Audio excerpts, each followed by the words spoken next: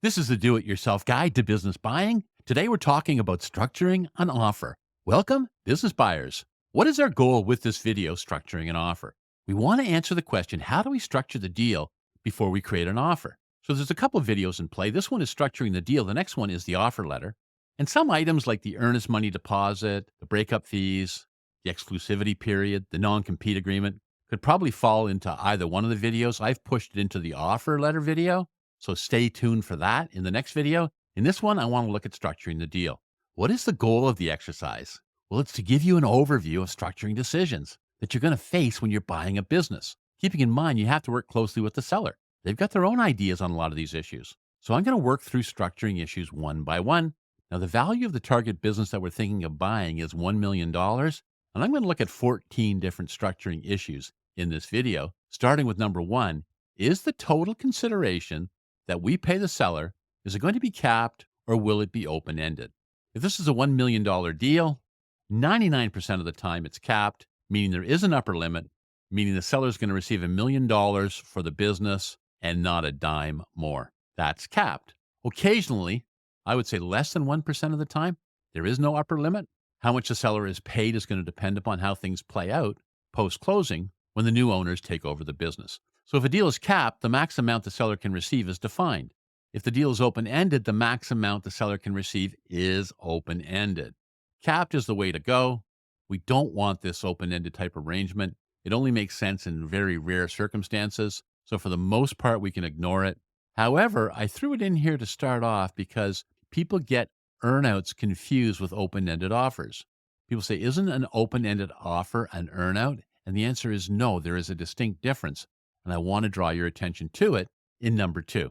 When the consideration is capped, we have to ask the question, is the entire amount guaranteed or fixed, meaning the seller is going to get the money regardless of how the business performs? Or do we carve out some conditional amount that's an earnout, which is only paid if the business does meet the performance targets? Fixed amount is the seller payment is not performance-based. Earnout is seller payment is performance-based. And so if we have $1 million deal, and let's say it's 100% fixed, the seller's going to get the $1 million. That makes sense. A lot of deals are structured exactly like that. But in certain circumstances, for reasons that we'll discuss in our earnout video, we might decide, you know what, I want to back that out a little bit. I want to make only 75% of it fixed, $750,000. Let's have the remaining $250,000 or 25% conditional. That's an earnout, which means we're only going to pay the seller that $250,000 if the business meets specific earning targets post-closing. And so that's the difference. Fixed amount versus earnout. What's the seller preference? Well, that's easy. Sellers obviously prefer 100% fixed amount. They don't necessarily like earnouts, but if the buyer has leverage, which they very often do, they can include an earnout in the structure. Might be 75-25 with 25% being the earnout. Maybe it's going to be 50-50. Maybe it'll be 90-10. In fact, with some established buyers, earnouts are mandatory in their deal. They won't structure an acquisition unless the seller accepts that a significant portion of the purchase price has to be in the form of an earnout. And it works for them. Number three, when it comes to the fixed amount, we promise to pay the seller how much of that is going to be a closing payment and how much of it's going to be a seller note. So closing payment versus seller note. Seller note, we're just talking about vendor financing. Closing payment, of course, is what the seller receives on the closing day. The seller note is what the seller receives in future payments. So this is a $1 million deal. We could make of that $1 million, 25% of it a closing payment or $250,000. That would leave the seller note at $750,000 or 75%. Now, of course, that ratio can change. It could be 50-50. It could be 10-90 or anywhere in between. Seller preference, of course, again, would be 100% closing, 0% seller note. But most sellers realize they don't have the kind of negotiating leverage to make that happen. And it's going to be very difficult for them to sell their business if they try and get 100% cash on closing. So they have some openness to negotiating a seller note. How much, of course, differs case to case. I mean, a buyer is free to offer whatever they want. 30-70, 50-50, 10-90.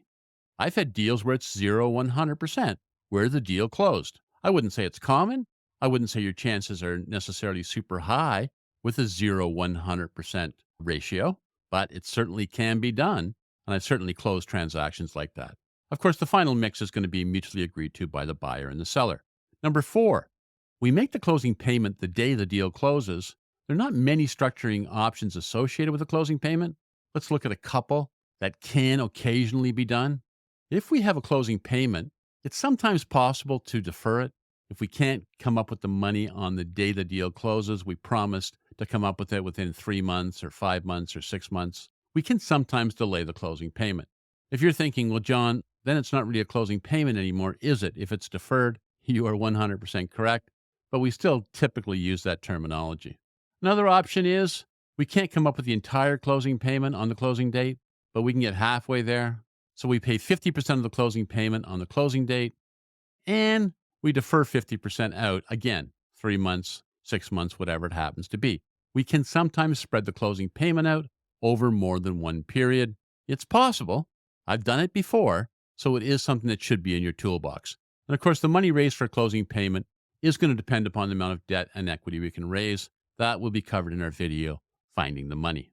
Number 5, if our deal includes a seller note, what structuring options do we need to consider with respect to that seller note? So we're looking at seller notes here. It's a $1 million deal. We're making a 25% closing payment. That would make the seller note 75%. Now, there could be an earnout of 25% in the deal, for example. But in number 5, we're only talking about the seller note and the fixed portion, whether that's 50% or 75%. What are the structuring options?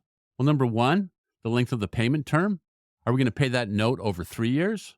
Or are we going to pay the note over 4 years? Are we going to pay the note over 5 years? This is one of the structuring options that we have to decide upon. The longer the payment term, the stronger the pushback you typically get from the seller. So keeping it into 3 or 4 years is great if you can do it. But again, it's all a matter of leverage. This is subject to mutual agreement of buyer and seller, of course. Next structuring issue is the frequency of payment. What kind of schedule are we going to create to pay the seller? Are we going to make one payment yearly? Possible, but you will get pushback from a seller if you try and pay them once yearly. How about 12 monthly payments? The seller's going to be fine with that, but that's pretty burdensome for you as the new owner. So a good compromise is typically 4 payments quarterly. And I would say quarterly is often the default option, but yearly and monthly are also used. What about the interest rate charge? Well, I would say in low rate environments, sellers were a little bit more flexible. Interest could be minimized or even dropped. But as the rates started to climb, I think seller flexibility really faded on this issue, and now they are looking for interest on that seller note.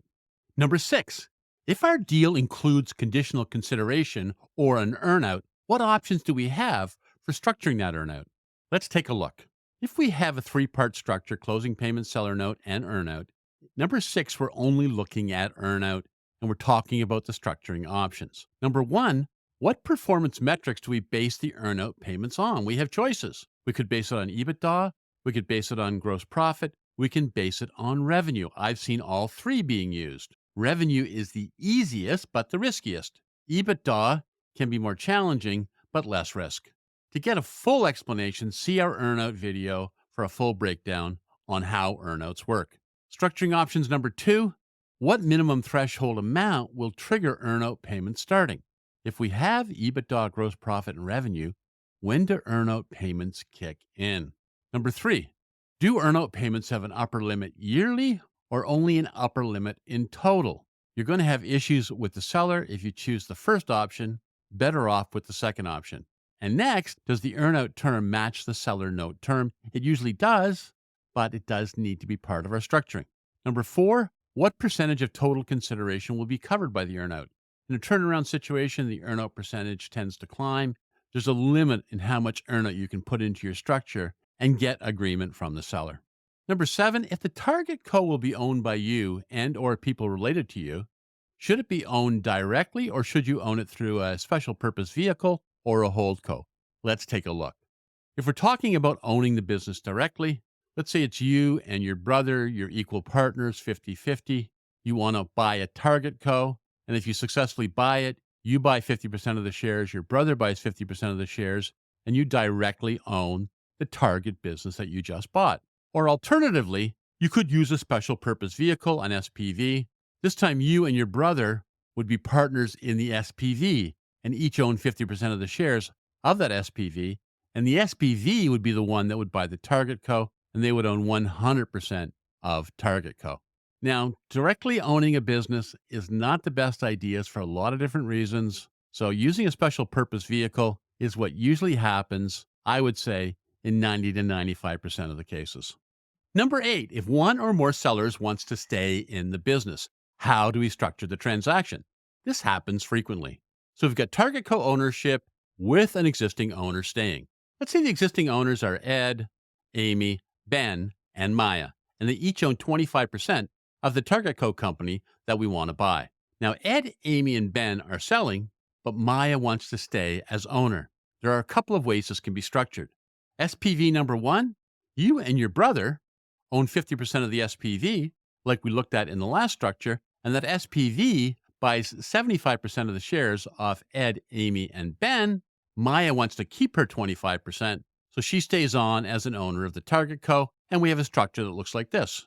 The SPV in this structure only receives 75% of profits and cash flow going forward, but owes less money, so it's a bit of a wash. There is a second structure that we can use where you and your brother collectively own 75% of the SPV, or 37.5% each, and Maya is brought in as a 25% owner of the SPV. Then that SPV turns around and buys 100% of the shares off the existing shareholders and now owns 100% of the Target Co.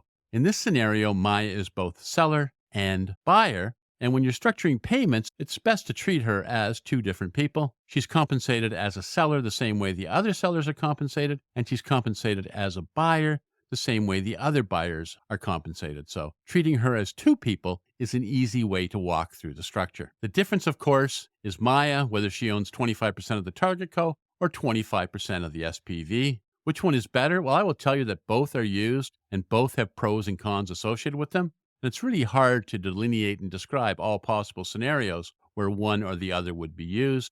But this is part of a structuring decision you have to make if you're dealing with an existing shareholder. Number 9, should you motivate your new general manager with an equity ownership incentive? Opinions on this topic are divided. Let's take a look at Target co-ownership when you bring in a new GM.